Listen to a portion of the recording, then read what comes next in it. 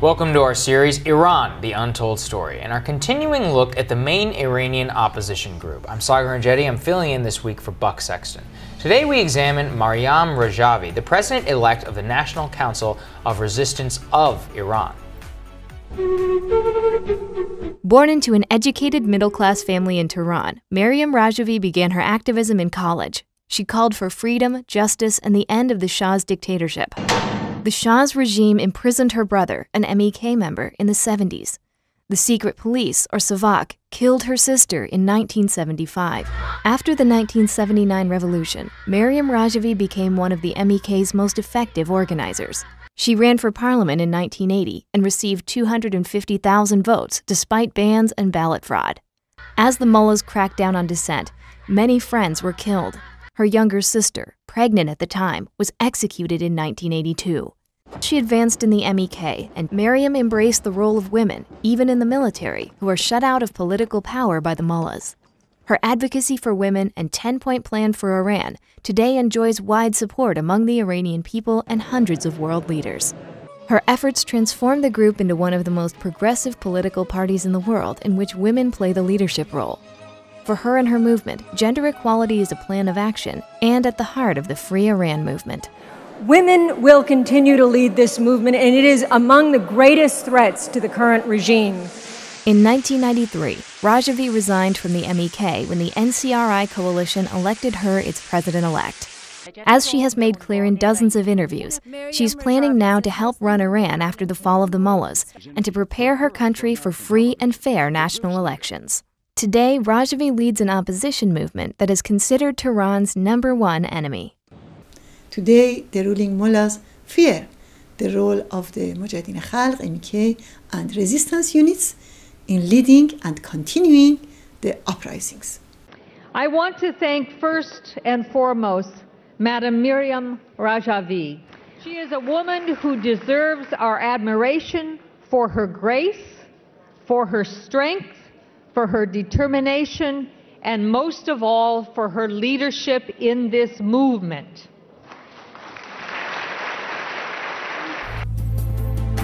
In a display of bipartisan global support for her movement, some 350 dignitaries and lawmakers from 47 countries joined thousands of MEK members in their new home in Albania, called Ashraf 3, in July of this year.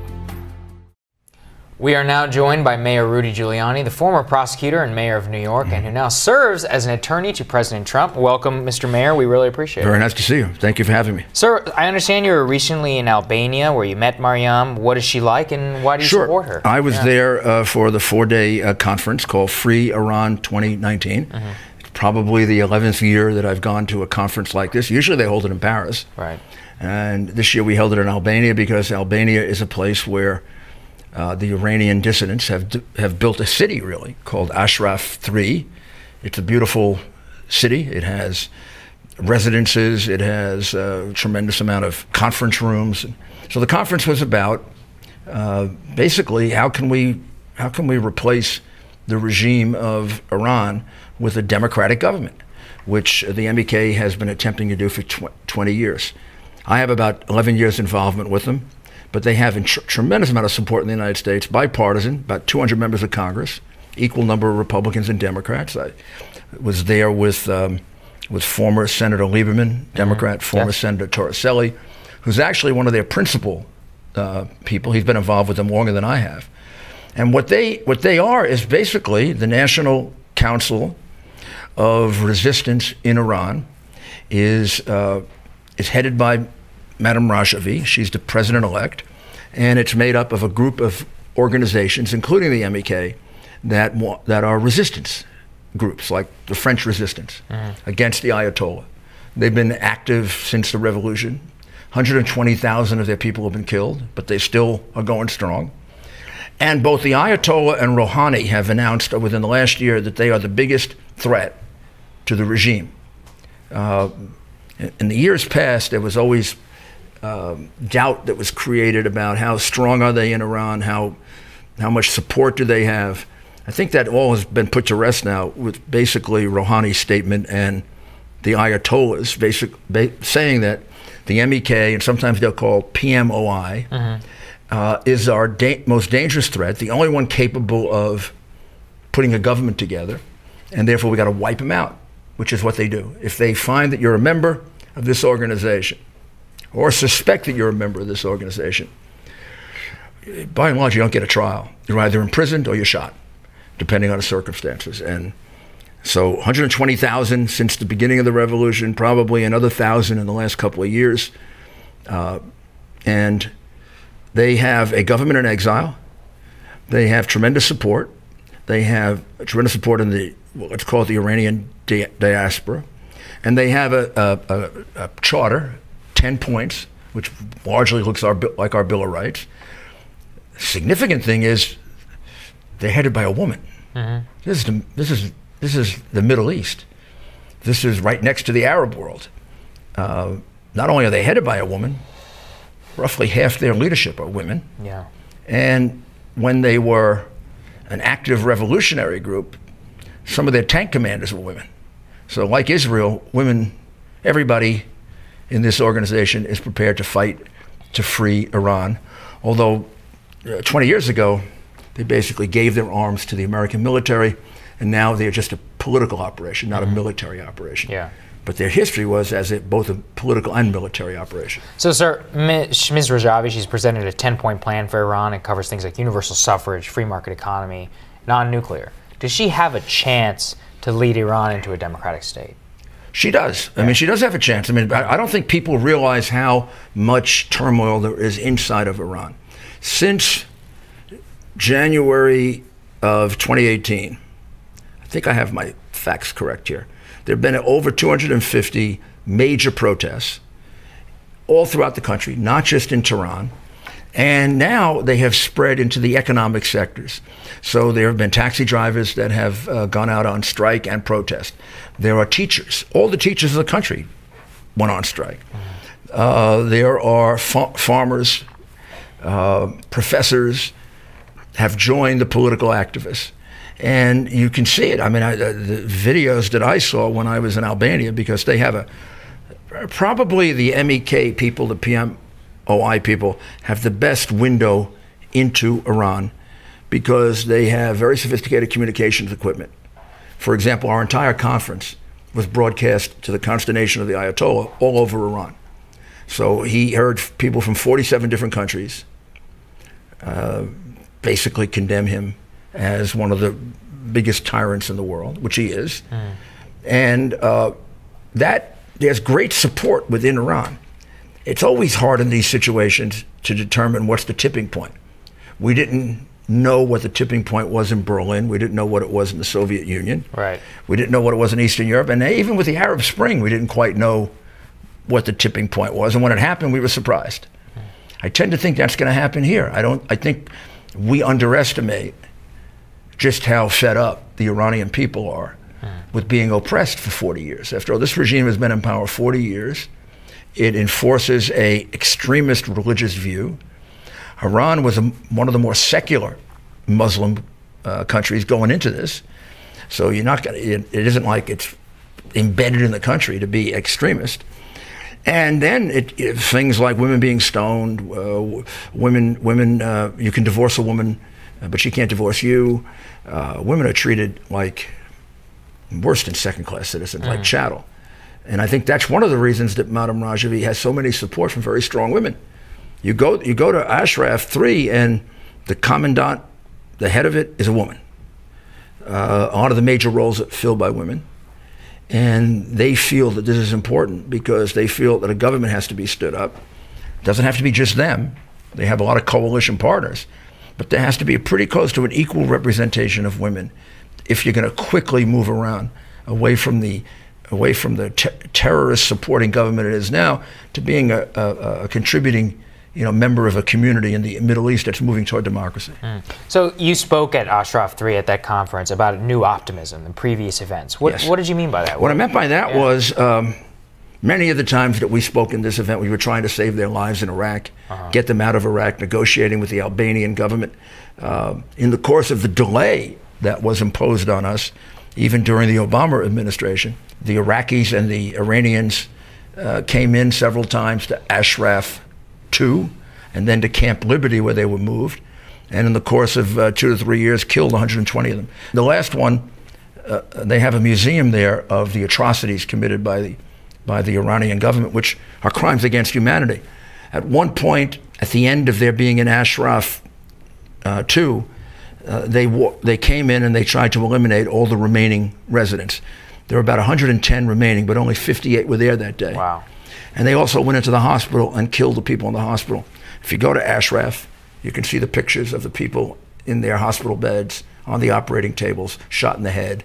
Back in 1988, within a 2-month period, the regime killed 30,000 members of MEK, 30,000 people. We're talking about, you know, small city crime against humanity type crimes.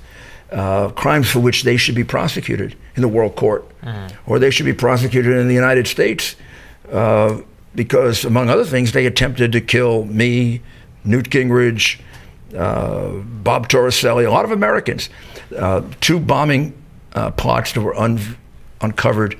One was in February of 2018. Yes. They caught people in Albania who were coming to the New Year's celebration, and I attended that with Madam Rajavi, and they were going to blow us up. And then in Paris last year, in late June of 2018, 4 people were arrested in Brussels, 1 an Iranian diplomat, and they had both explosives and plans of the Paris Convention Center, where I was speaking, Newt Gingrich was speaking, former Attorney General Mukasey, Tom Ridge, many prominent Americans.